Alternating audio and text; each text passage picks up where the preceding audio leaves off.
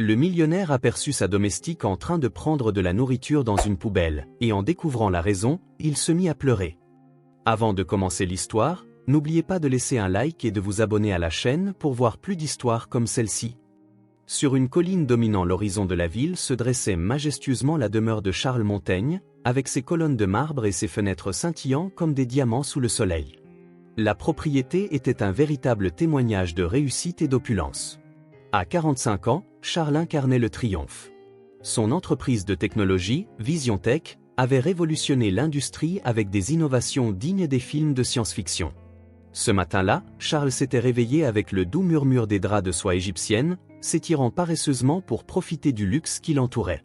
Sa routine matinale était un rituel bien huilé, un bain dans sa baignoire jacuzzi avec vue panoramique sur la ville, suivi d'un petit déjeuner gourmet préparé par son chef personnel.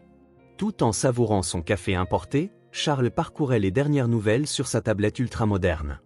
Les manchettes parlaient de sa dernière victoire. VisionTech venait de lancer un système d'intelligence artificielle promettant de révolutionner les soins de santé. Les actions de la société avaient flambé, ajoutant des centaines de millions supplémentaires à sa fortune. « Monsieur Montaigne, votre voiture est prête », annonça Paul, son majordome, interrompant ses pensées. Charles acquiesça, ajusta sa cravate de soie devant le miroir et sortit de la demeure. Sa Rolls-Royce l'attendait, étincelante sous le soleil matinal, tandis que le chauffeur lui ouvrait la porte. Charles ne put s'empêcher de ressentir une vague de satisfaction. Tout dans sa vie était parfait, ordonné, exactement comme il l'avait planifié. Le trajet jusqu'au siège de VisionTech fut calme et silencieux. Charles en profita pour réviser son emploi du temps de la journée. Réunion avec des investisseurs, une vidéoconférence avec son équipe de développement à Tokyo, et la planification de sa prochaine campagne marketing. Sa pensée se mettait déjà en marche, anticipant les défis et opportunités qui l'attendaient. En arrivant devant l'imposant immeuble de verre et d'acier abritant VisionTech, Charles fut accueilli par des signes de respect et des sourires. Employés et cadres s'écartaient à son passage, murmurant des salutations respectueuses. Il leur répondait par des gestes courtois, mais distants, maintenant toujours cette aura d'inaccessibilité qu'il considérait comme un élément essentiel de son image de leader. Dans son bureau au dernier étage avec vue sur toute la ville, il se plongea dans son travail. Les heures défilèrent entre appels, présentations et décisions qui affecteraient l'avenir de milliers d'employés et de millions d'utilisateurs de ses produits. Lorsque le soleil commença à se coucher, teintant le ciel de nuances d'orange et de pourpre, Charles ressentit cette familiarité de la satisfaction. Encore une journée productive, un autre pas vers le sommet du monde des affaires. Alors qu'il rangeait ses affaires pour rentrer chez lui, son assistante entra précipitamment. « Monsieur Montaigne, il y a un problème au parking. Il semble qu'un des employés d'entretien fasse une scène. » Charles fronça les sourcils, il détestait les problèmes, surtout ceux qui risquaient de ternir l'image parfaite de son entreprise. « De quoi s'agit-il » demanda-t-il d'une voix teintée d'irritation. « Vous feriez mieux de voir par vous-même, monsieur, » répondit l'assistante, visiblement mal à l'aise. Intrigué et agacé à parts égales, Charles suivit son assistante jusqu'au parking souterrain. Ce qu'il y vit le paralysa. Près des conteneurs à ordures, sous les froides lumières fluorescentes, se tenait un homme d'âge moyen vêtu de l'uniforme d'entretien de VisionTech. Avec des gestes frénétiques et désespérés, l'homme fouillait dans les sacs d'ordures, en retirant des restes de nourriture qu'il plaçait dans un sac plastique. Charles eut l'impression de recevoir un coup dans l'estomac. La scène était si surréaliste, si incongrue dans le monde propre et ordonné qu'il avait construit, qu'il ne sut pas comment réagir. « Qui est cet homme » parvint-il enfin à demander, la voix à peine audible. « C'est Manuel Roux, monsieur, » répondit l'assistante, évitant de regarder directement la scène. « Il travaille à l'entretien depuis près de 10 ans. » Charles observa Manuel, remarquant pour la première fois les détails. Les cernes profonds, les mains calleuses, la manière dont ses épaules semblaient ployées sous un poids invisible. Comment quelqu'un travaillant pour lui dans son entreprise prospère pouvait-il en arriver là, à chercher de la nourriture dans les poubelles ? À cet instant, Manuel leva les yeux, et leurs regards se croisèrent. Pendant un moment, le temps sembla suspendu. Dans les yeux de Manuel, Charles perçut un mélange de honte, de désespoir et un éclat de quelque chose d'autre, de la résignation, peut-être. Aussi vite que le moment était venu, il s'évanouit. En réalisant qu'il avait été découvert, Manuel ramassa précipitamment son sac et s'éloigna presque en courant, se perdant dans les ombres du parking. Charles resta là, immobile, sentant comme si le sol sous ses pieds vacillait. L'image de Manuel fouillant dans les poubelles s'était gravée dans son esprit, défiant tout ce qu'il croyait savoir sur son entreprise, son succès, son monde. « Monsieur Montaigne, voulez-vous que j'appelle la sécurité ?» demanda l'assistante, brisant le silence. Charles secoua la tête, incapable de trouver les mots. Sans ajouter un mot, il fit demi-tour et se dirigea vers sa voiture. Tandis que la Rolls-Royce glissait dans les rues nocturnes de la ville, Charles regardait par la fenêtre, mais ne voyait plus les gratte-ciels illuminés ni les vitrines luxueuses. À la place, il revoyait sans cesse le visage de Manuel, comme un rappel persistant d'une réalité qu'il avait trop longtemps choisi d'ignorer. Pour la première fois depuis des années, Charles Montaigne, le magnate de la technologie, l'homme qui possédait tout, se sentit profondément troublé. Et tandis que sa maison apparaissait à l'horizon, une question résonnait dans son esprit. Qu'avait-il encore négligé? Le son d'une toux persistante réveilla Manuel Roux bien avant que son réveil ne sonne. Il se leva lentement de son lit, se frottant les yeux fatigués en écoutant attentivement. La toux venait de la chambre voisine, où sa mère, Madame Roux, tentait de dormir. Manuel regarda l'horloge, 4h30 du matin. Avec un soupir, il se leva et se rendit dans la petite chambre de sa mère, la trouvant assise sur le lit, son corps fragile secoué par une autre quinte de toux. « Maman, comment te sens-tu » demanda Manuel, s'asseyant à ses côtés et lui frottant doucement le dos. Madame Roux tenta de sourire entre deux quintes. « Ça va, mon fils, ne t'inquiète pas pour moi. Retourne te coucher, tu dois aller travailler. » Mais Manuel savait qu'elle n'allait pas bien. La maladie pulmonaire de sa mère avait empiré ces derniers mois, et les médicaments devenaient de plus en plus coûteux.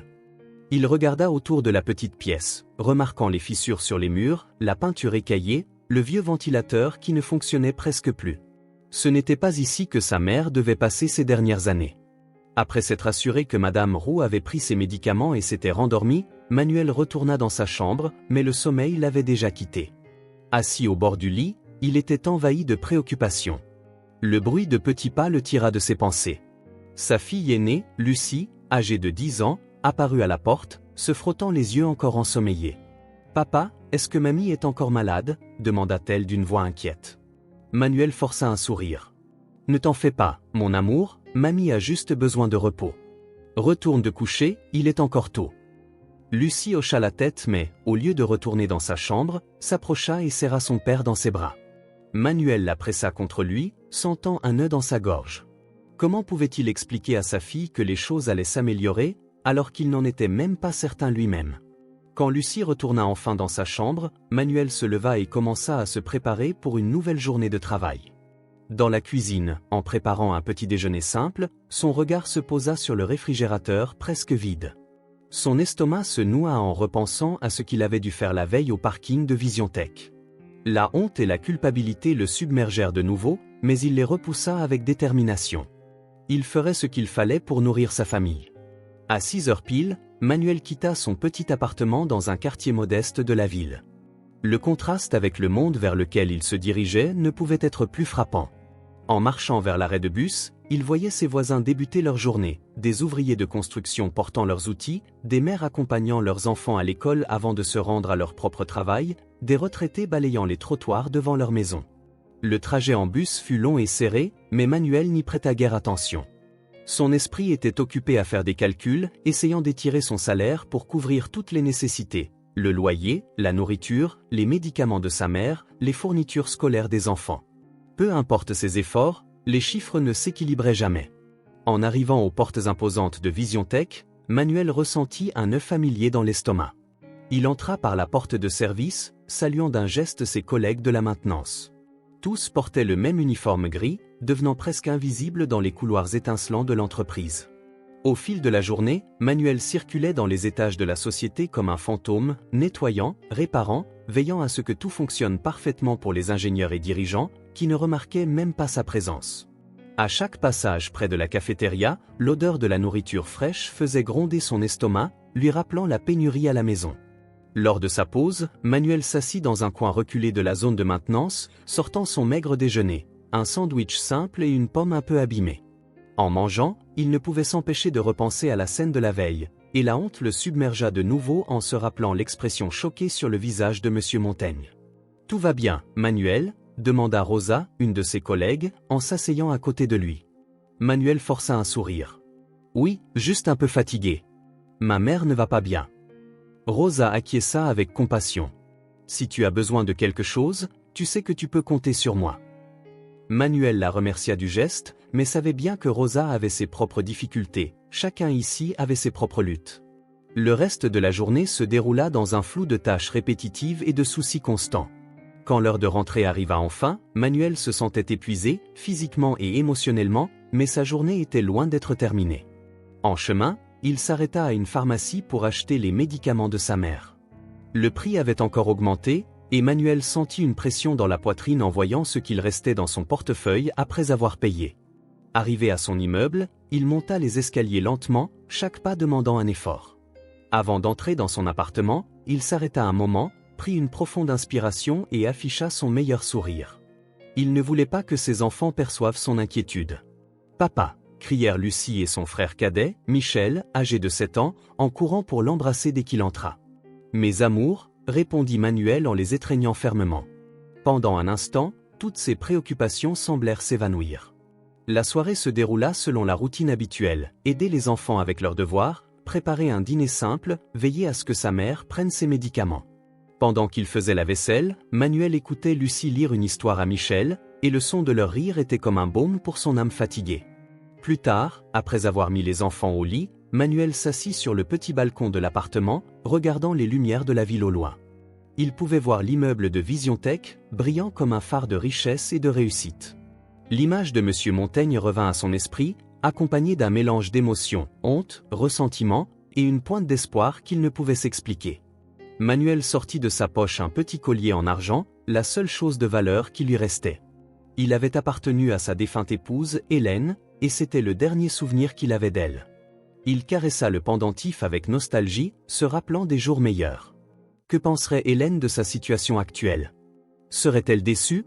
Avec un soupir, il rangea le collier. Il ne pouvait pas le vendre, pas encore. C'était le dernier vestige d'une vie qui lui semblait de plus en plus lointaine.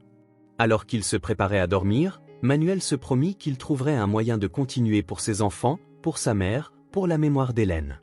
Peu importe ce qu'il devrait faire, il ne baisserait pas les bras. Charles Montaigne, lui, ne put trouver le sommeil cette nuit-là. L'image de Manuel fouillant dans les poubelles le hantait chaque fois qu'il fermait les yeux. Il se leva avant l'aube, agité et tourmenté. Tandis qu'il observait le lever du soleil depuis le balcon de sa suite principale, Charles se rendit compte qu'un changement fondamental s'était opéré en lui. Pour la première fois depuis des années, peut-être des décennies, il se sentait véritablement mal à l'aise dans sa propre peau. « Comment est-ce possible ?» se demanda-t-il à voix haute. Comment quelqu'un qui travaille pour moi peut-il en arriver à chercher de la nourriture dans les poubelles? La question résonnait dans son esprit, ébranlant tout ce qu'il croyait savoir sur son entreprise, son succès, sa vision du monde. Déterminé à comprendre, Charles fit quelque chose qu'il n'avait jamais fait auparavant, il appela personnellement le département des ressources humaines. « J'ai besoin de toutes les informations que vous avez sur Manuel Roux, du département de maintenance, » ordonna-t-il, sa voix trahissant une urgence inhabituelle. En attendant les informations, Charles parcourut sa demeure avec un regard nouveau. Chaque objet luxueux, chaque commodité lui paraissait désormais crier la disparité entre sa vie et celle de gens comme Manuel. Lorsqu'il reçut enfin le dossier de Manuel, Charles s'absorba dans sa lecture. Il découvrit que Manuel travaillait chez Visiontech depuis près de 10 ans. Toujours ponctuel, toujours efficace, il avait 2 enfants et une mère malade sous sa responsabilité. Son salaire, bien que conforme aux normes du marché, ne suffisait visiblement pas à couvrir les besoins d'une famille dans la ville. « Comment ai-je pu ne pas voir cela plus tôt ?» murmura Charles, pris entre la culpabilité et la frustration. Poussé par une envie urgente de faire quelque chose, Charles prit une décision impulsive. Il enfila des vêtements simples, quelque chose qu'il ne porterait jamais normalement, et se rendit dans le quartier où Manuel vivait. Le contraste avec son propre quartier était saisissant. Des bâtiments délabrés, des enfants jouant sur des trottoirs fissurés. Charles se sentait comme un étranger dans sa propre ville. Il trouva l'immeuble de Manuel, après une brève hésitation, entra. Il monta les escaliers, remarquant l'odeur de moisissure, les murs écaillés, les sons de vie serrés dans de petits espaces. Devant la porte de Manuel, Charles hésita de nouveau. Que espérait-il accomplir, vraiment? Avant qu'il ne puisse décider, la porte s'ouvrit. « Monsieur Montaigne ?» La voix surprise de Manuel le ramena à la réalité. Charles se retrouva face à face avec l'homme qu'il avait vu au parking, mais dans un contexte complètement différent. Manuel paraissait plus fragile ici, plus vulnérable, avec des cernes profonds et une expression de confusion et d'alarme. « Manuel, je suis venu pour te parler », dit Charles, surpris de sentir de l'incertitude dans sa propre voix. Manuel, visiblement mal à l'aise, regarda des deux côtés du couloir avant d'inviter Charles à entrer. L'intérieur de l'appartement était petit mais propre, avec des meubles usés mais bien entretenus. D'une pièce voisine, on entendait une toux persistante. « Ma mère », expliqua Manuel en voyant le regard de Charles. « Elle est malade. » Charles acquiesça, se sentant de plus en plus déplacé. Quel droit avait-il de s'immiscer ainsi dans la vie privée de Manuel? « Manuel, à propos de ce que j'ai vu hier soir. » Commença Charles, mais il s'arrêta en voyant l'expression de honte et de peur sur le visage de Manuel. « Monsieur Montaigne, s'il vous plaît, ne me renvoyez pas, » implora Manuel, sa voix à peine un murmure. « J'ai besoin de cet emploi, ma famille dépend de moi. » La supplique atteignit Charles comme un coup au cœur. Comment en était-il arrivé là? Comment un homme si travailleur pouvait-il craindre autant pour son gagne-pain? « Je ne suis pas ici pour te renvoyer, Manuel, » répondit Charles en essayant de garder sa contenance. « Je suis ici parce que je veux comprendre. Je veux savoir comment je peux aider. » La surprise sur le visage de Manuel était évidente. Un moment de silence s'installa, les deux hommes se regardant, sans savoir quoi dire. Le silence fut brisé par le son de la porte qui s'ouvrait brusquement. « Papa, j'ai oublié mon livre de maths. » La voix joyeuse d'une petite fille s'interrompit en apercevant l'inconnu dans la salle. « Lucie, chérie, voici Monsieur Montaigne, mon patron, » expliqua Manuel, visiblement mal à l'aise. Lucie regarda Charles avec une curiosité mêlée de méfiance. « C'est vous, le propriétaire de l'entreprise où travaille mon père ?» demanda-t-elle directement. Charles hocha la tête, surpris par la franchise de la fillette. « Oui, c'est moi. »« Alors, vous pourriez donner une augmentation à mon père ?» continua Lucie, ignorant le regard de réprimande de Manuel. « Il travaille beaucoup, vous savez, et on a besoin d'argent pour les médicaments de mamie. » Lucie, intervint Manuel, mortifié. « Va te préparer pour l'école, on en parlera plus tard. » La fillette sortit à contre-cœur, non sans jeter un dernier regard inquisiteur à Charles. Le silence qui suivit était lourd, chargé d'émotions inexprimées et de réalités inconfortables. Charles regarda autour de lui, remarquant pour la première fois les détails. Les photos de famille sur les murs, des jouets usés dans un coin, une table avec des livres scolaires et des factures impayées. « Manuel, » commença Charles, sa voix plus douce qu'elle ne l'avait jamais été en affaires. « Je veux que vous sachiez que ce que j'ai vu hier soir m'a fait comprendre que j'avais été aveugle à bien des choses. Je veux aider. Pas seulement vous, mais tous les employés de VisionTech qui pourraient être dans des situations similaires. » Manuel le regarda avec un mélange d'espoir et de scepticisme. « Merci de votre sollicitude, Monsieur Montaigne. Mais pourquoi maintenant ?» Charles inspira profondément, affrontant la vérité. « Parce que j'ai dû voir quelque chose d'aussi extrême pour réaliser la réalité de mes employés, parce que je vivais dans une bulle, Manuel, » avoua-t-il, surpris par sa propre franchise. « Et il est temps que cela change. » À cet instant, un éclat métallique attira l'attention de Charles. Manuel portait un collier, un simple pendentif en argent qui pendait à son cou, étrangement familier. Mais Charles ne parvenait pas à identifier pourquoi. « Ce collier ?» commença-t-il, mais il fut interrompu par une autre quinte de tout provenant de la chambre voisine. « Je dois m'occuper de ma mère, » dit Manuel, visiblement impatient de mettre fin à cette visite inconfortable. Charles acquiesça, comprenant. « Bien sûr, Manuel. Je vous promets que cela ne restera pas sans suite. Il y aura des changements chez VisionTech, de vrais changements, qui profiteront à tous les employés. » En sortant de l'appartement, Charles ressentit un mélange d'émotions, de la culpabilité, de la détermination et une étrange sensation qu'il y avait quelque chose de plus dans cette situation, quelque chose qu'il ne parvenait pas encore à saisir. De retour dans sa voiture de luxe, Charles jeta un dernier regard vers l'immeuble de Manuel. Le fossé entre ce monde et le sien était écrasant, mais maintenant qu'il avait été confronté à cette réalité, il ne pouvait plus l'ignorer. Au bureau, ordonna-t-il à son chauffeur. « Nous avons beaucoup de travail. » Alors que la voiture s'éloignait, Charles ne pouvait s'empêcher de penser au collier de Manuel. Pourquoi lui semblait-il si familier? Quels autres secrets et connexions inattendues découvrirait-il au cours de cette quête de redécouverte? Charles passa les jours suivants plongé dans une frénésie d'activités. Réunions avec le service des ressources humaines, consultations avec des experts en responsabilité sociale des entreprises, révisions approfondies des politiques salariales et des avantages de VisionTech.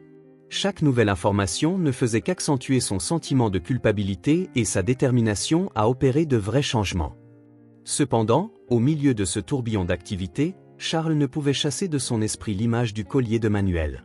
Cette sensation de familiarité le hantait comme une énigme impossible à résoudre. Une nuit, alors qu'il feuilletait de vieux albums de photos à la recherche d'inspiration pour les nouveaux programmes de bien-être qu'il envisageait de lancer, Charles tomba sur une photo qui lui coupa le souffle. C'était une photo de son adolescence, lui avec son premier amour, Sophie. Et là, autour du cou de Sophie, pendait un collier identique à celui qu'il avait vu sur Manuel. « Ça ne peut pas être vrai », murmura Charles, rapprochant la photo pour mieux l'examiner. Les souvenirs affluèrent dans son esprit. Sophie avait été son amour du lycée, son premier amour véritable. Elle venait d'une famille modeste mais pleine d'amour, et c'est elle qui lui avait ouvert les yeux pour la première fois sur des réalités différentes des siennes. Le collier avait été un cadeau de Charles, acheté avec ses économies, une promesse d'amour éternel. Mais la vie les avait séparés. Charles était parti étudier à l'étranger, promettant de garder le contact. Cependant, immergé dans sa nouvelle vie et ses ambitions de réussir, il avait peu à peu laissé la communication s'éteindre. Quand il était revenu des années plus tard, Sophie avait disparu, personne ne savait ce qu'elle était devenue. Comment ce collier est-il arrivé à Manuel ? Se demanda Charles, son esprit tournant à toute vitesse. Y avait-il un lien entre Sophie et Manuel, ou était-ce juste une cruelle coïncidence du destin ? Décidé à résoudre ce mystère, Charles fit quelque chose qu'il n'avait pas fait depuis des années. Il chercha le numéro de son ancien ami du lycée, Rémi, qui avait été le meilleur ami de Sophie. « Charles ? C'est bien toi ?» La voix surprise de Rémi résonna au téléphone. « Ça fait si longtemps !» Après quelques échanges de politesse, Charles alla droit au but. « Rémi, j'ai besoin de te demander quelque chose à propos de Sophie. Sais-tu ce qu'elle est devenue après mon départ ?» Un long silence suivit. Quand Rémi parla de nouveau, sa voix était chargée d'émotion. « Charles, il y a quelque chose que tu devrais savoir, quelque chose que j'avais promis de ne jamais dire, mais je pense que le moment est venu. » Le cœur de Charles se mit à battre à tout rompre. « Quoi donc, Rémi ?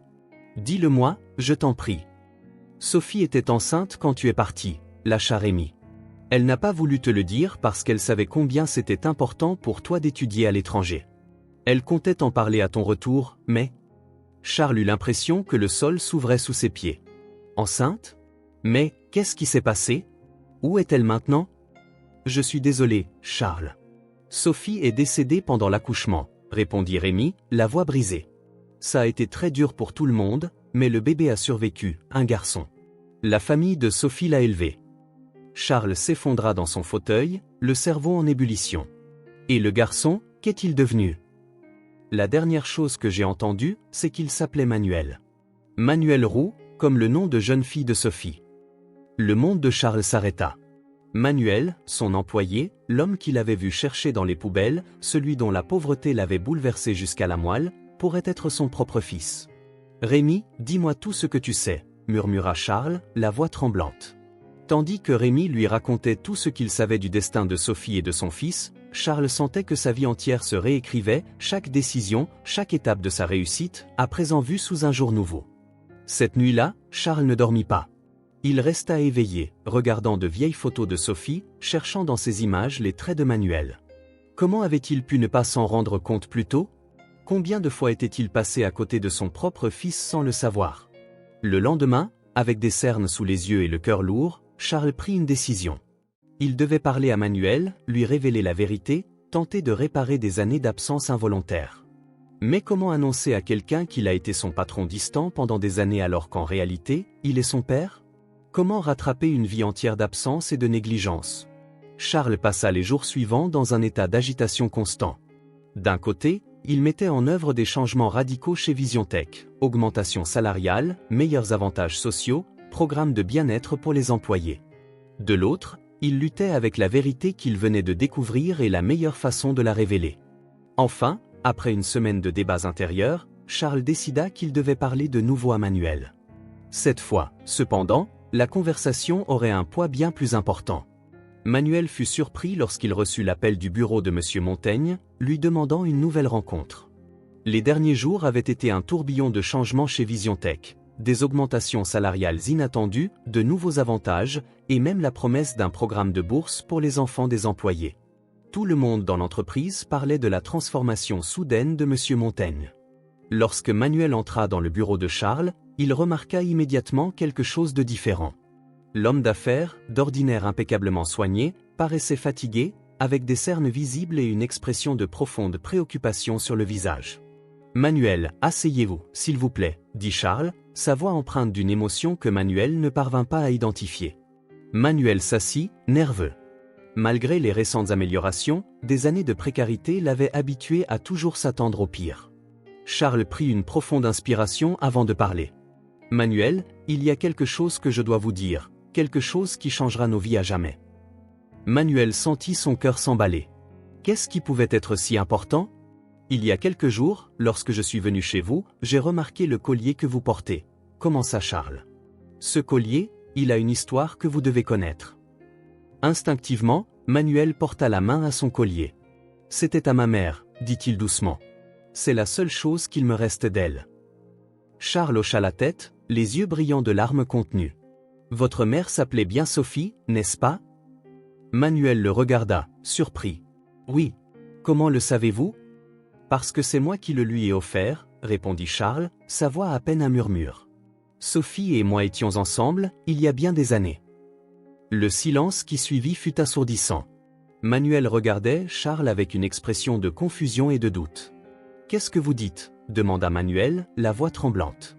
Charles se leva, incapable de rester immobile. « Manuel, il y a quelques jours, j'ai découvert quelque chose qui a bouleversé tout ce que je croyais savoir sur ma vie. Sophie, votre mère, était enceinte lorsque nous nous sommes séparés. Je l'ignorais, je suis parti étudier à l'étranger, et nous avons perdu le contact. Quand je suis revenu, des années plus tard, elle était déjà décédée, compléta Manuel, à peine audible. Charles acquiesça, les larmes roulant maintenant librement sur son visage. Manuel, ce que j'essaie de vous dire, c'est que je suis votre père. Le monde sembla s'arrêter pour Manuel. Les mots de Charles résonnaient dans son esprit, défiant tout ce qu'il croyait savoir sur sa vie, son identité, sa place dans le monde. Non, dit Manuel, se levant brusquement. Non, ce n'est pas possible. C'est insensé. Je sais que c'est difficile à croire, dit Charles en s'approchant doucement de lui. Mais je vous jure que c'est la vérité. J'ai passé les derniers jours à enquêter, à parler à de vieux amis. Tous en boîte, Manuel. Vous êtes mon fils. Manuel recula, son esprit en proie à un tumulte d'émotions, de la colère, de la confusion, de l'incrédulité, et un éclat d'espoir qu'il n'osait pas admettre. « Et que voulez-vous que je fasse de cette information » rétorqua Manuel. « Vous pensez que ça change quelque chose ? Que je vais oublier toutes ces années de lutte, de voir ma famille souffrir pendant que vous viviez dans votre manoir ?» Charles baissa la tête, la culpabilité visible sur chaque trait de son visage. « Je n'attends pas que vous me pardonniez, Manuel. Je ne mérite pas votre pardon. Mais j'avais besoin que vous sachiez la vérité. Et je veux essayer de faire partie de votre vie. » Manuel resta silencieux, digérant tout ce qu'il venait d'entendre. Son esprit vagabonda vers son enfance, les histoires que sa grand-mère lui racontait sur sa mère, les nuits où il se demandait ce que cela ferait d'avoir un père. « J'ai besoin de temps, dit-il enfin. Tout ça, c'est trop. » Charles hocha la tête, compréhensif. « Bien sûr. Prenez tout le temps dont vous avez besoin. Je serai là quand vous serez prêt à en parler. » Manuel se dirigea vers la porte, mais avant de sortir, il se tourna vers Charles. « Une dernière chose, » dit-il, sa voix chargée d'émotion. « Ma famille, mes enfants, ma mère, ils sont ma vie. Si ce que vous dites est vrai, si vous êtes vraiment mon père, j'ai besoin de savoir qu'ils seront bien. »« Je vous le promets, Manuel, » répondit Charles avec ferveur. « Je ferai tout ce qui est en mon pouvoir pour m'assurer que votre famille ait tout ce dont elle a besoin. » Manuel hocha brièvement la tête et quitta le bureau, laissant Charles seul avec ses pensées et le poids d'années d'absence involontaire. Pendant ce temps, dans le petit appartement de Manuel, Lucie et Michel jouaient, inconscients du drame qui se déroulait. Madame Roux, dans sa chambre, toussait doucement, ses pensées tournées vers son fils qui se battait chaque jour pour maintenir la famille à flot. Aucun d'eux ne pouvait imaginer comment leur vie allait changer, comment le destin avait tissé une toile de connexion qui venait enfin d'émerger. Les jours suivants furent un tourbillon d'émotions pour Manuel. Chaque matin, il se réveillait espérant que tout cela n'était qu'un rêve, pour être de nouveau frappé par la réalité de la situation. Son patron, l'homme qu'il avait toujours vu comme un symbole de tout ce qui lui échappait, était en fait son père. Au travail, Manuel sentait les regards curieux de ses collègues. Les changements chez VisionTech avaient été rapides et spectaculaires, et tout le monde se demandait quel rôle Manuel pouvait bien jouer dans tout cela. Les rumeurs circulaient, mais personne n'osait lui poser directement des questions. De son côté, Charles se plongea dans le travail avec une énergie renouvelée. Il mit en place des programmes de bien-être, révisa toutes les politiques de l'entreprise et lança une fondation pour aider les familles à faible revenu. Mais chaque décision, chaque action était empreinte du poids de sa récente découverte. Un après-midi, alors que Manuel nettoyait un des étages exécutifs, il se retrouva face à face avec Charles. Le moment fut inconfortable, chargé de mots non dits et d'émotions contenues. « Manuel », commença Charles doucement, « comment allez-vous » Manuel, visiblement tendu, répondit « Je travaille, monsieur ». Charles grimaça en entendant ce formalisme. « Manuel, s'il vous plaît, vous n'avez pas besoin de m'appeler monsieur. Je suis, enfin, vous savez. » « Avec tout le respect que je vous dois, » répondit Manuel, la voix contrôlée, « j'ai encore besoin de temps pour digérer tout cela. Je ne peux pas simplement oublier des années de tout ça. » Charles acquiesça, compréhensif. « Je comprends. Je veux juste que vous sachiez que je suis là quand vous serez prêt à en parler. » Manuel hocha brièvement la tête et continua son travail, laissant Charles avec un mélange de frustration et de tristesse. Ce soir-là, chez lui, Manuel ne put plus contenir le poids de la vérité. Il fit asseoir sa mère et ses enfants dans le petit salon, la voix tremblante, leur raconta tout. Madame Roux écouta en silence, des larmes roulant sur ses joues. Quand Manuel eut fini, elle se leva lentement et le serra dans ses bras. « Mon fils » murmura-t-elle, sentant un mélange d'amour, de fierté et de peur pour ce que cela allait changer dans leur vie. Était-il prêt pour ce qui allait suivre? Pendant ce temps, dans son manoir, Charles passa une autre nuit blanche, regardant de vieilles photos de Sophie et se demandant à quoi sa vie aurait ressemblé s'il avait connu la vérité toutes ces années. Le remords le consumait, mais il sentait aussi une lueur d'espoir. Peut-être, juste peut-être, n'était-il pas trop tard pour être le père que Manuel méritait. Le lendemain matin, Charles prit une décision. Il ne pouvait pas changer le passé, mais il pouvait essayer de construire un avenir meilleur. Avec détermination, il commença à faire des appels et à prendre des dispositions. Si Manuel n'était pas prêt à lui pardonner tout de suite, Charles lui montrerait sa sincérité à travers des actes. Les jours suivants, des changements mystérieux commencèrent à se produire dans la vie de Manuel. Un spécialiste renommé arriva pour traiter Madame Roux, offrant ses services gratuitement. Lucie et Michel reçurent des bourses d'études complètes dans l'une des meilleures écoles de la ville. Même le vieil immeuble où ils vivaient commença à être rénové, avec des améliorations profitant à tous les résidents. Manuel observa ces changements avec un mélange de gratitude et d'inquiétude. Il savait que Charles était derrière tout cela, et une part de lui voulait tout refuser. Mais voir le sourire sur le visage de sa mère, entendre l'enthousiasme dans les voix de ses enfants, il était difficile de ne pas se sentir reconnaissant. Une nuit, alors que Manuel se promenait dans le parc près de chez lui, il croisa Charles. Ce n'était pas une coïncidence. Charles l'avait attendu, attendant le moment propice pour discuter. « Manuel », dit Charles doucement, « je sais que je ne peux pas changer le passé, mais je veux que vous sachiez que je suis prêt à faire partie de votre vie, de la vie de vos enfants, si vous m'en donnez la chance. » Manuel resta silencieux un long moment, regardant l'horizon. Finalement, il prit la parole. « Ce ne sera pas facile. Il y a beaucoup de douleurs, beaucoup d'histoires entre nous. »« Je sais, » répondit Charles. « Mais je suis prêt à essayer, si vous l'êtes. » Manuel porta la main à son collier, pensant à sa mère, aux histoires qu'il n'avait jamais entendues de sa bouche. Il pensa à ses enfants, au futur qu'il pourrait avoir. Et il pensa à lui-même, l'enfant qu'il avait été, qui s'était toujours demandé pourquoi il n'avait pas de père. « Peut-être, » dit Manuel enfin, « que nous pourrions commencer par un dîner. Vous, moi, et ma famille. » Le sourire de Charles illumina son visage. « J'adorerais cela, Manuel, plus que tu ne peux l'imaginer. » Tandis que les deux hommes marchaient ensemble dans le parc, discutant timidement de projets d'avenir, le collier de Manuel brillait sous la lumière de la lune, symbole d'un passé partagé, d'un amour perdu et retrouvé, et de la promesse d'un nouveau départ. L'histoire de Charles et Manuel ne faisait que commencer, pleine de défis et de possibilités. Mais pour la première fois depuis longtemps, ils ressentaient tous les deux quelque chose qu'ils avaient perdu, l'espoir. Le dîner que Manuel avait proposé devint un événement chargé d'attente et de nervosité pour tous les participants. Charles, habitué à diriger des conseils d'administration et à négocier des contrats multimillionnaires, se sentait étrangement anxieux à l'idée de partager un repas avec la famille de son fils nouvellement découvert. Manuel, quant à lui, oscillait entre la curiosité et la méfiance. Une partie de lui souhaitait en savoir plus sur son père biologique, sur l'histoire d'amour qui avait mené à sa naissance, tandis qu'une autre partie craignait que ce nouveau lien ne vienne menacer la vie qu'il avait construite avec tant d'efforts. Le soir du dîner arriva, et le petit appartement de Manuel débordait d'activités.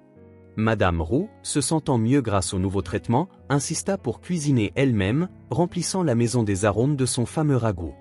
Lucie et Michel couraient dans tous les sens, mi-excités, mi-nerveux à l'idée de rencontrer leur grand-père nouvellement découvert. Quand la sonnette retentit, un silence expectant envahit la maison.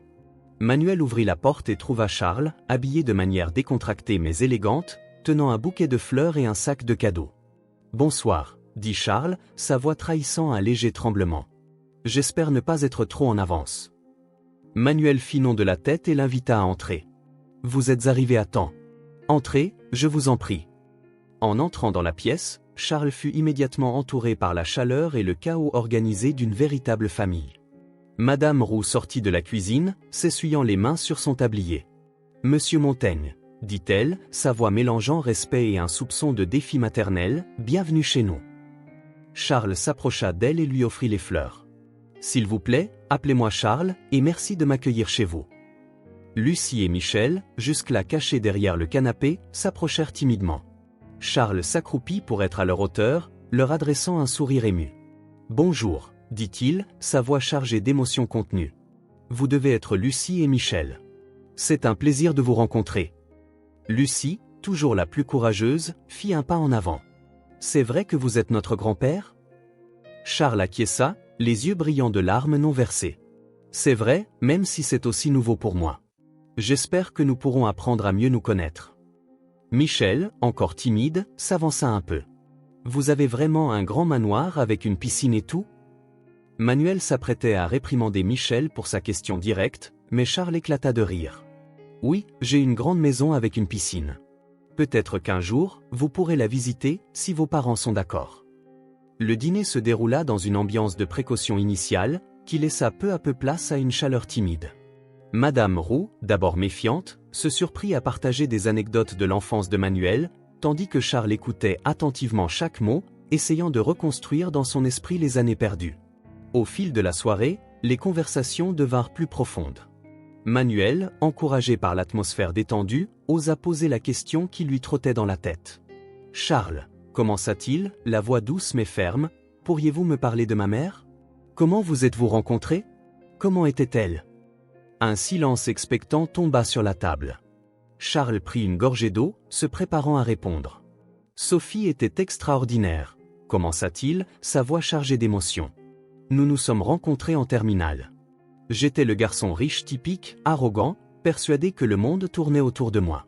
Elle m'a appris à voir au-delà de ma bulle. » Alors qu'il parlait, peignant avec ses mots le portrait d'une jeune Sophie pleine de vie et de compassion, Manuel sentit qu'une part de lui, restée incomplète, commençait à se combler. « Elle avait ce don », continua Charles. « Elle voyait le meilleur chez les gens, même quand eux-mêmes ne le pouvaient pas.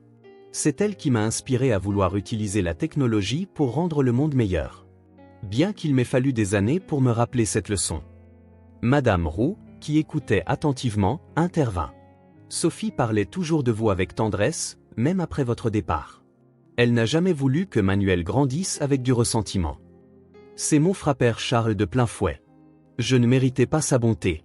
Si seulement j'avais su. » Manuel, voyant la douleur dans les yeux de Charles, sentit quelque chose se radoucir en lui. « Nous ne pouvons pas changer le passé, » dit-il doucement. « Mais peut-être que nous pouvons construire quelque chose de nouveau, à partir d'ici. » La soirée continua, ponctuée d'histoires partagées, de rires timides, peu à peu, de nouveaux liens qui se formaient. Lorsque vint le moment pour Charles de partir, l'ambiance était bien différente de celle du début de la soirée. À la porte, Charles s'arrêta et regarda Manuel. « Merci, dit-il simplement, de m'avoir donné cette chance. » Manuel hocha la tête, un léger sourire aux lèvres. « C'est un début. » Tandis que Charles s'éloignait, Manuel resta à la porte, le collier autour de son cou lui paraissant un peu plus léger, comme si une part du fardeau qu'il portait s'était adoucie. À l'intérieur, Lucie et Michel bombardaient Madame Roux de questions sur leur nouvelle famille élargie, tandis qu'elle tentait de répondre avec patience et sagesse. Dans les jours et les semaines qui suivirent, de petits changements commencèrent à se manifester. Fidèle à sa promesse, Charles poursuivit ses efforts pour améliorer les conditions de vie, non seulement pour la famille de Manuel, mais aussi pour tous les employés de VisionTech. Il mit en place des programmes de formation continue, améliora les avantages sociaux et créa un fonds d'urgence pour les employés en difficulté. De son côté, Manuel commença lentement à accepter l'idée de laisser Charles entrer dans sa vie. Il accepta l'offre de Charles de financer des cours du soir pour qu'il puisse terminer ses études, un rêve qu'il avait abandonné depuis longtemps en raison de circonstances difficiles. Cependant, tout n'était pas parfait. Il y avait des moments de tension, des malentendus, et de vieux ressentiments qui refaisaient surface. Le fossé entre leurs mondes, bien qu'en train de se réduire, restait important. Un jour, alors que Manuel étudiait dans la bibliothèque de VisionTech, un nouvel avantage pour les employés, il rencontra Patricia, l'assistante personnelle de Charles. Elle le regarda avec une curiosité mêlée de ce qui ressemblait presque à du ressentiment. « Alors, c'est toi, le fameux Manuel ?» dit-elle d'un ton apparemment amical mais avec une pointe acérée. « Le fils perdu du grand Charles Montaigne. » Manuel se tendit, incertain de comment répondre. « Oui, je suppose que oui. » Patricia se pencha un peu plus près, baissant la voix. « J'espère juste que tu sais à quel point tu es chanceux. Certains d'entre nous travaillent toute leur vie pour arriver là où nous sommes, et toi, tu débarques comme ça. » Avant que Manuel ne puisse répondre, Patricia s'éloigna, le laissant avec un malaise persistant, un rappel que, malgré les avancées, il restait encore un long chemin à parcourir. Ce soir-là, en dînant avec sa famille, Manuel resta inhabituellement silencieux. Lucie, toujours perspicace, remarqua son état d'esprit. « Il s'est passé quelque chose, papa ?» demanda-t-elle, ses grands yeux pleins d'inquiétude. Manuel regarda sa fille, puis son fils, et enfin sa mère. C'était pour ces personnes qu'il avait lutté toute sa vie. Comment pouvait-il leur expliquer les émotions complexes qu'il ressentait ? Parfois, commença-t-il lentement, quand les choses changent très vite, il est difficile de savoir exactement comment se sentir. Madame Roux acquiesça avec compréhension. Le changement apporte toujours des défis, mon fils, mais aussi des opportunités. Manuel esquissa un faible sourire. Tu as raison, maman. C'est juste que, parfois, je me demande si je fais bien de laisser Charles entrer dans nos vies. Mais papa, intervint Michel, papy Charles est super. L'autre jour, il nous a emmenés au zoo et nous a acheté des glaces énormes. Manuel ne put s'empêcher de rire. Oui, c'est vrai. Il a été très généreux. Plus important, ajouta Madame Roux, il essaie de réparer ses erreurs. Cela demande du courage.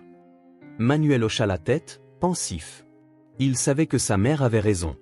Malgré les obstacles et les regards parfois désapprobateurs de certains chez VisionTech, Charles faisait un effort sincère. « Je crois que nous apprenons tous, » dit-il finalement, « et peut-être que c'est ce qui compte, nous essayons. » Tandis que la famille poursuivait son dîner, discutant de leur journée et faisant des plans pour l'avenir, Manuel réalisa qu'en dépit de tout, sa vie s'était enrichie de façon qu'il n'aurait jamais imaginée. Le chemin à venir serait peut-être difficile, mais au moins, il ne le parcourait plus seul. Et ainsi, jour après jour, la famille Roux et Charles Montaigne continuaient de bâtir des ponts au-dessus des eaux tumultueuses de leur passé partagé, avançant peu à peu vers un avenir, certes incertain, mais rempli de possibilités. Au fil des semaines, la relation entre Manuel et Charles évoluait, bien qu'avec ses hauts et ses bas. Manuel se sentait partagé entre la gratitude pour les opportunités que Charles offrait à sa famille et le ressentiment pour les années d'absence et de difficultés. Un après-midi, alors que Manuel travaillait dans le bureau de maintenance de VisionTech, il reçut un appel inattendu.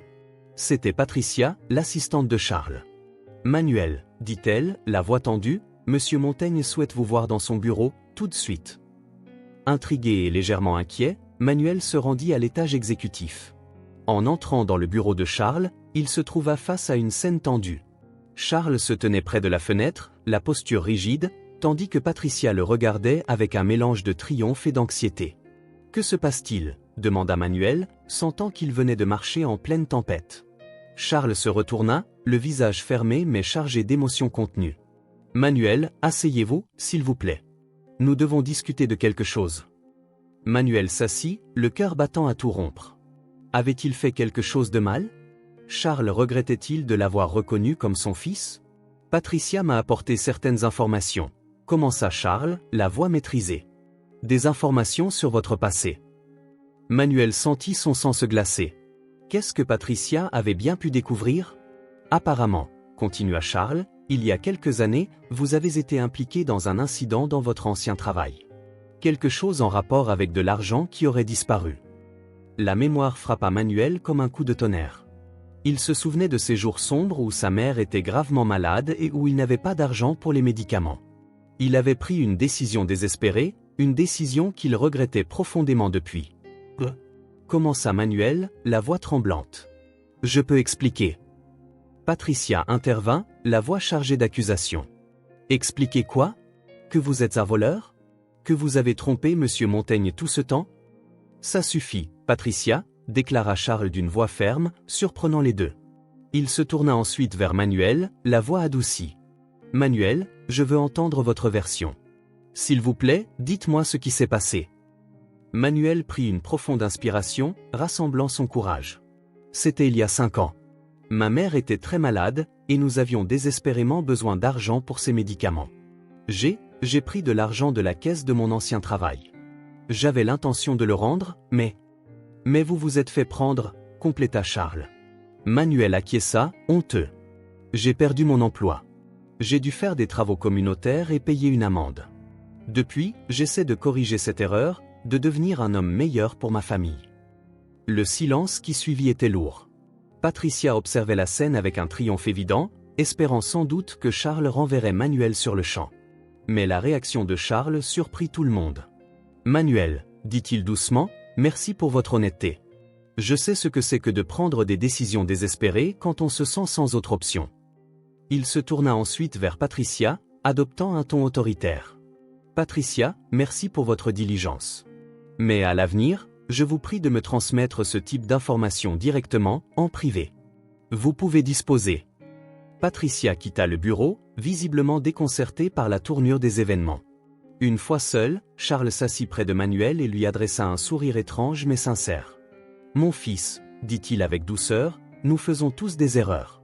Ce qui compte, c'est la façon dont nous choisissons d'apprendre et de grandir à partir de celle-ci. Manuel sentit qu'un énorme poids se levait de ses épaules. Merci de comprendre. J'essaie de laisser cette erreur derrière moi, d'être l'homme que ma famille mérite. Charles lui sourit doucement. Et tu y parviens, Manuel. Je vois comment tu travailles dur, comment tu prends soin de ta famille. Cela en dit bien plus sur ton caractère qu'une erreur commise dans un moment de désespoir. Manuel sentit les larmes monter.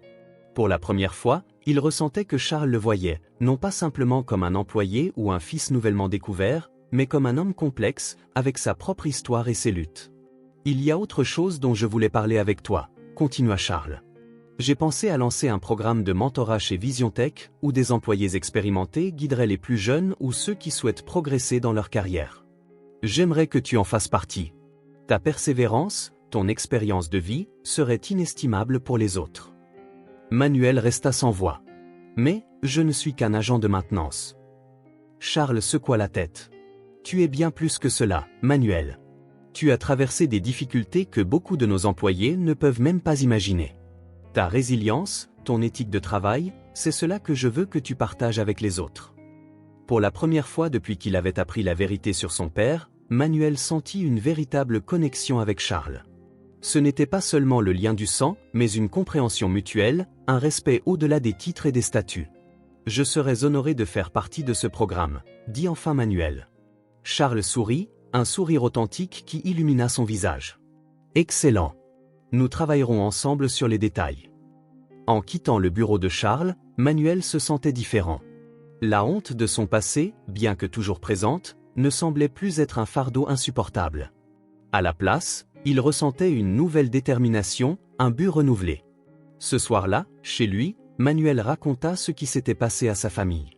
Madame Roux le serra fort dans ses bras, fière de l'honnêteté et de la croissance de son fils. Lucie et Michel, bien qu'ils ne comprissent pas tout à fait la situation, en sentaient l'importance.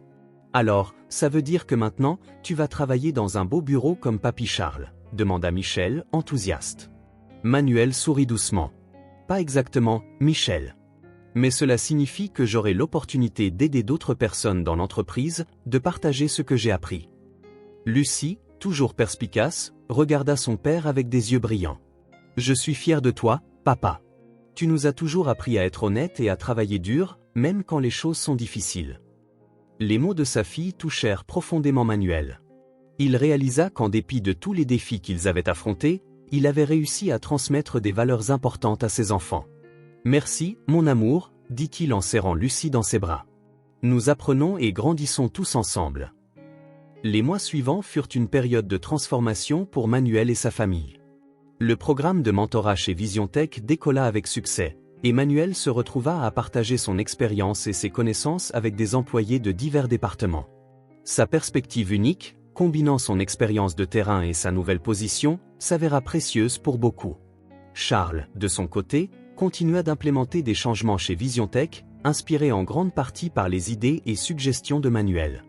L'entreprise commença à être reconnue, non seulement pour ses innovations technologiques, mais aussi pour ses pratiques de travail progressistes et son engagement envers la responsabilité sociale. Cependant, tout n'était pas sans embûches. À mesure que Manuel montait dans l'entreprise et que sa relation avec Charles se renforçait, il se heurta à des résistances de certains cadres supérieurs qui voyaient son ascension comme une menace. Un après-midi, après une réunion particulièrement tendue où Manuel avait proposé un nouveau programme de formation pour les employés à faible revenu, il se retrouva face à face avec Victor Salazar, le vice-président des opérations. « Manuel, » dit Victor, d'un ton chargé de condescendance, « je comprends que vous vous sentiez encouragé par votre nouvelle position, mais vous devez vous rappeler qu'il y a ici des gens qui ont consacré des décennies à cette entreprise. Vous ne pouvez pas simplement arriver et espérer tout changer du jour au lendemain. » Manuel sentit la colère monter en lui, mais il resta calme. « Monsieur Salazar, avec tout le respect que je vous dois, mes propositions sont basées sur mon expérience et sur ce que j'ai appris aux côtés d'autres employés. Je pense qu'elles peuvent bénéficier à VisionTech à long terme. » Victor s'approcha, baissant la voix. « Écoutez, jeune homme, tout le monde sait pourquoi vous êtes ici. Être le fils perdu de Charles Montaigne vous a peut-être ouvert les portes, mais ne vous méprenez pas, ceci est une entreprise, pas une œuvre de charité. » Avant que Manuel ne puisse répondre, la voix de Charles résonna dans le couloir. « Y a-t-il un problème ici, messieurs ?» Victor recula, changeant instantanément d'attitude. « Pas du tout, Charles. Je félicitais justement Manuel pour sa dernière proposition. » Charles les observa tous deux, le regard méfiant. « Je suis heureux de l'entendre. Manuel, pourriez-vous m'accompagner dans mon bureau ? J'ai quelque chose à discuter avec vous. » Une fois en privé dans le bureau de Charles, Manuel ne put plus contenir sa frustration. « Comment puis-je faire mon travail si certains me voient toujours comme un intrus ?» Charles soupira, comprenant parfaitement la situation. « Manuel, je me doutais que cela pourrait arriver. Certains de l'ancienne garde se sentent menacés par le changement. »« Je ne veux pas causer de problème, » répondit Manuel. « Peut-être que j'ai fait une erreur en acceptant cette position. » Charles se leva, posant une main rassurante sur l'épaule de Manuel. « Ne laissez personne vous convaincre de cela. Vous méritez d'être ici. » Manuel regarda Charles, ressentant une vague de gratitude et de détermination. « Merci, papa. » C'était la première fois que Manuel appelait Charles « papa », et le moment ne passa pas inaperçu pour aucun des deux. Charles sentit un nœud se former dans sa gorge, mais il se contenta de sourire, ému. « Manuel, nous avons tous fait des erreurs et perdu des moments précieux, mais sachez que je suis incroyablement fier de l'homme que vous êtes devenu. Je vous promets que nous surmonterons ces défis ensemble. » Ce soir-là, au dîner en famille, Manuel partagea les événements de la journée avec sa famille. Madame Roux écouta attentivement, son visage exprimant à la fois l'inquiétude et la fierté. « Mon fils, dit-elle finalement, n'oublie jamais d'où tu viens.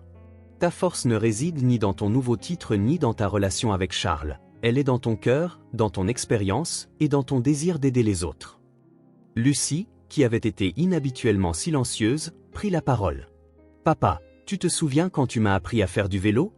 Je suis tombé plein de fois, mais tu m'as dit que l'important, c'était de me relever et de continuer d'essayer. » Manuel sourit en se remémorant ce jour-là. « C'est vrai, mon amour. » « Eh bien, » continua Lucie, « je crois que c'est pareil maintenant. Peut-être que tu tomberas quelquefois dans ton nouveau travail, mais l'important, c'est que tu continues d'essayer, parce que ce que tu fais, c'est important. » Les mots de sa fille touchèrent profondément Manuel. Il réalisa que, dans son désir de prouver sa valeur chez VisionTech, il avait presque oublié les leçons les plus importantes qu'il avait lui-même transmises à ses enfants. « Vous avez raison, » dit Manuel en regardant sa famille avec amour et gratitude. « Je ne peux pas contrôler ce que les autres pensent de moi, mais je peux continuer à être fidèle à qui je suis et à ce en quoi je crois. » Tandis que la famille continuait son dîner, discutant de leur journée et faisant des plans pour l'avenir, Manuel se sentit renouvelé. Les défis chez VisionTech étaient réels, mais tout autant que le soutien de sa famille et l'opportunité de faire une différence. Dans son bureau, Charles revoyait les rapports du jour, mais son esprit était à sa conversation avec Manuel. Il sortit une vieille photo de Sophie et la regarda avec un mélange de nostalgie et de détermination. « Nous faisons ce qu'il faut, n'est-ce pas, Sophie ?» murmura-t-il. « Notre fils est un homme extraordinaire. Je te promets que je ferai tout pour le soutenir et le protéger. » Pendant ce temps, dans une autre partie de la ville, Victor Salazar se réunissait en secret avec d'autres cadres. « Il faut faire quelque chose, » dit-il à voix basse. Manuel Roux et ses idées progressistes changent trop de choses, trop vite. Il est temps de prendre des mesures. Les jours à venir promettaient d'être un champ de bataille d'idéaux, de loyauté et du véritable sens du succès d'une entreprise. Manuel, Charles et toute la famille Roux allaient devoir affronter des défis qui mettraient à l'épreuve non seulement leurs relations nouvellement formées, mais aussi leurs valeurs les plus profondes. La tension chez VisionTech atteignit son point culminant quelques semaines plus tard. Manuel avait travaillé sans relâche sur un nouveau projet, un programme de bourse et de stage pour les jeunes des quartiers défavorisés, conçu pour leur offrir des opportunités dans le monde de la technologie. Ce projet lui tenait particulièrement à cœur, il sentait qu'il pourrait faire une réelle différence. Le jour de la présentation finale au conseil d'administration arriva. Manuel, nerveux mais déterminé, exposa sa proposition avec passion et précision. Charles observait avec une fierté évidente, tandis que Victor Salazar et ses alliés échangeaient des regards sceptiques. « C'est un projet ambitieux, Monsieur Roux, » dit un des directeurs lorsqu'il termina sa présentation. « Mais avez-vous pris en compte les coûts? Et comment pouvons-nous être certains que ces jeunes seront à la hauteur des standards de VisionTech ?» Manuel était prêt pour cette question. Les coûts initiaux peuvent sembler élevés, mais à long terme, ce programme nous fournira un vivier diversifié et talentueux de futurs employés. Quant aux standards, je suis moi-même la preuve de ce qu'on peut accomplir quand on nous donne une chance. Victor Salazar se pencha en avant, la voix chargée de condescendance. Manuel, j'apprécie votre enthousiasme, mais VisionTech est une entreprise de haute technologie, pas une organisation caritative. Peut-être devriez-vous envisager de créer une fondation séparée pour ses projets personnels. Manuel sentit la colère monter, mais avant qu'il ne puisse répondre, Charles intervint. Victor, dit-il, la voix calme et ferme, la mission de VisionTech a toujours été d'innover et d'améliorer des vies. Le projet de Manuel s'inscrit parfaitement dans cette mission. De plus, d'autres entreprises technologiques ont déjà lancé des programmes similaires avec grand succès. La discussion s'intensifia, le conseil se trouvant divisé entre ceux qui soutenaient la vision de Manuel et Charles, et ceux qui résistaient au changement. Finalement, il fut décidé de reporter la décision à une réunion ultérieure. En sortant de la salle de réunion, Manuel se sentait découragé. Charles rejoignit Manuel dans le couloir. « Ne te décourage pas, mon fils, » dit-il doucement. « Tu as planté une graine importante aujourd'hui. Parfois, le changement prend du temps. » Manuel acquiesça, reconnaissant pour ce soutien. « Merci, papa. J'espère juste ne pas causer plus de problèmes que de solutions. » « Bien au contraire, » répondit Charles. « Tu remets en question le statu quo, et cela dérange toujours certains. Mais c'est nécessaire pour progresser. » Ce soir-là, alors que Manuel partageait les événements de la journée avec sa famille, on frappa à la porte. À la surprise de tous, c'était Charles. « J'espère ne pas déranger, » dit-il, un peu gêné. « Je sentais que j'avais besoin de parler avec vous tous. » Madame Roux l'invita à entrer, et bientôt toute la famille se retrouva réunie dans le petit salon. Charles les regarda un par un avant de parler. « Je veux que vous sachiez que je suis entièrement engagé dans le projet de Manuel, » commença-t-il, « mais plus encore, je suis engagé auprès de cette famille. Cela fait des mois que j'ai découvert la vérité sur Manuel, et chaque jour, je réalise à quel point j'ai de la chance d'avoir cette seconde chance. » Lucie, toujours directe, demanda, « Est-ce que cela signifie que vous viendrez dîner plus souvent ?» Charles éclata de rire, sentant une partie de la tension se dissiper. « J'adorerais cela, si vous me le permettez. » À mesure que la soirée avançait, la conversation devint plus fluide. Manuel observait comment Charles interagissait avec ses enfants, répondant à leurs questions sur la technologie et partageant des histoires de sa jeunesse. Pour la première fois, il se sentait vraiment comme une famille unie. Cependant, cette paix familiale fut brusquement interrompue par un appel téléphonique urgent. C'était Patricia, l'assistante de Charles. « Monsieur Montaigne », dit-elle d'une voix tendue, il y a eu une fuite. Quelqu'un a envoyé à la presse des détails sur le passé de Manuel et insinue que sa position chez VisionTech est due au népotisme. Le monde sembla s'arrêter un instant. Manuel et Charles échangèrent un regard, la préoccupation visible sur leur visage. « Qui aurait pu faire cela ?» demanda Manuel, bien qu'au fond de lui, il ait déjà une idée. Charles soupira profondément. « Je ne sais pas avec certitude, mais j'ai une idée. Manuel, nous devons affronter cela de front. Nous ne pouvons pas laisser cette situation nous diviser ou miner tout ce que nous avons accompli. » Manuel hocha la tête, ressentant un mélange de peur et de détermination. « Vous avez raison. Nous ne pouvons pas fuir la vérité. » Madame Roux, qui écoutait attentivement, intervint. « Mes enfants, Charles, rappelez-vous que la vérité finit toujours par triompher.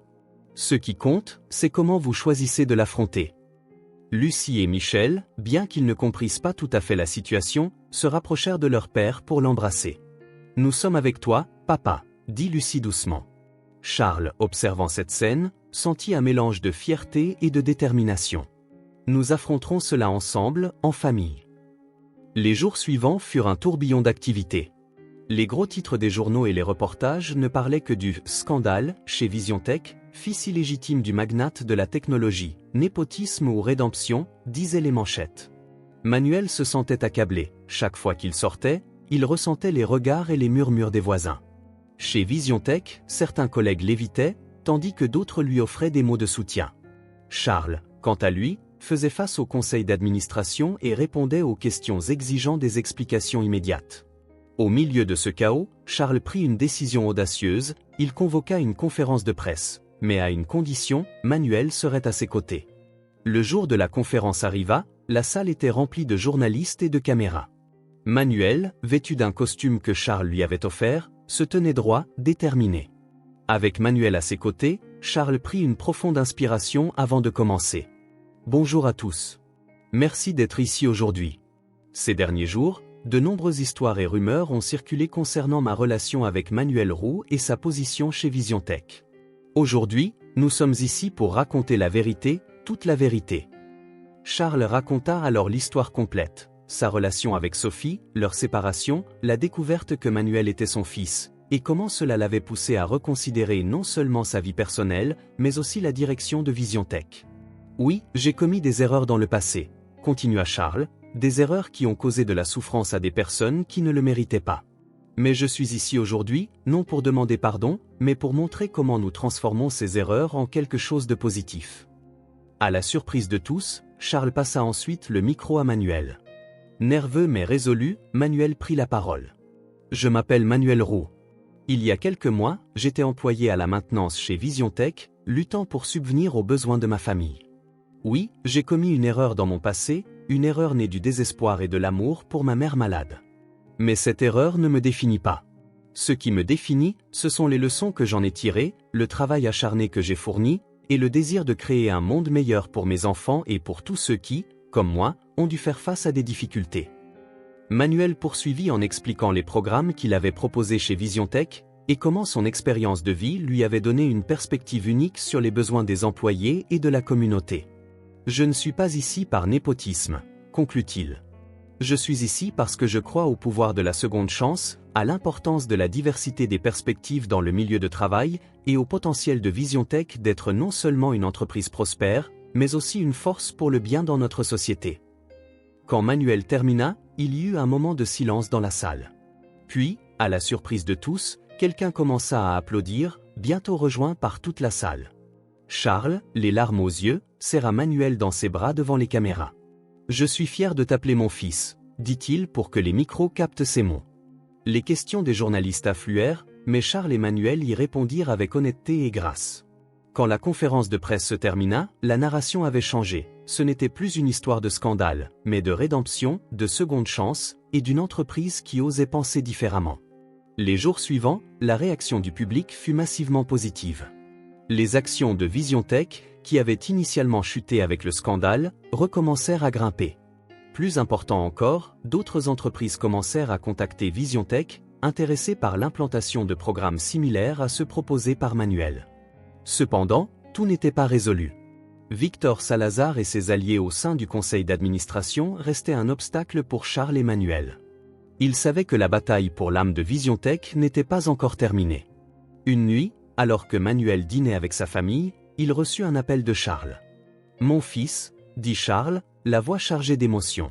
« Je viens de recevoir une nouvelle qui va tout changer. J'ai besoin que tu viennes à mon bureau demain matin. Il y a quelque chose que tu dois voir. » Manuel, intrigué et un peu inquiet, accepta de rencontrer Charles dès le matin. En raccrochant, il ne pouvait s'empêcher de se demander quelle nouvelle surprise le destin lui réservait. Cette nuit-là, alors que tout le monde dormait, Manuel sortit le vieux collier de sa mère et le tint dans ses mains. « Maman, » murmura-t-il, « j'espère que tu es fière de moi. Je te promets que, quoi qu'il arrive, je continuerai de me battre pour faire ce qui est juste. » Avec cette promesse dans son cœur, Manuel s'endormit, ignorant que le lendemain, une dernière révélation allait bouleverser le cours de sa vie et l'avenir de VisionTech à jamais. Le matin arriva avec un mélange d'anticipation et de nervosité pour Manuel. Il embrassa sa famille avec une tendresse particulière, sentant qu'il se trouvait à l'aube de quelque chose d'important. En arrivant au bureau de Charles, il trouva son père assis derrière son bureau, une expression indescriptible sur le visage. Sur le bureau se trouvait une vieille boîte au look familier. « Manuel, » commença Charles, la voix pleine d'émotion, « hier soir, j'ai reçu une visite inattendue. C'était la sœur de Sophie, ta tante. » Manuel sentit son cœur s'emballer. Il se souvenait à peine de sa tante, qui s'était éloignée de la famille peu après la mort de Sophie. « Elle m'a apporté cette boîte, » continua Charles. « Elle appartenait à ta mère, et je pense que tu devrais la voir par toi-même. » Avec des mains tremblantes, Manuel ouvrit la boîte. À l'intérieur, il trouva des lettres, des photos et un journal. Mais ce qui attira le plus son attention, ce fut une enveloppe scellée avec son nom écrit dans l'élégante écriture de sa mère. « Lis-la », l'encouragea doucement Charles.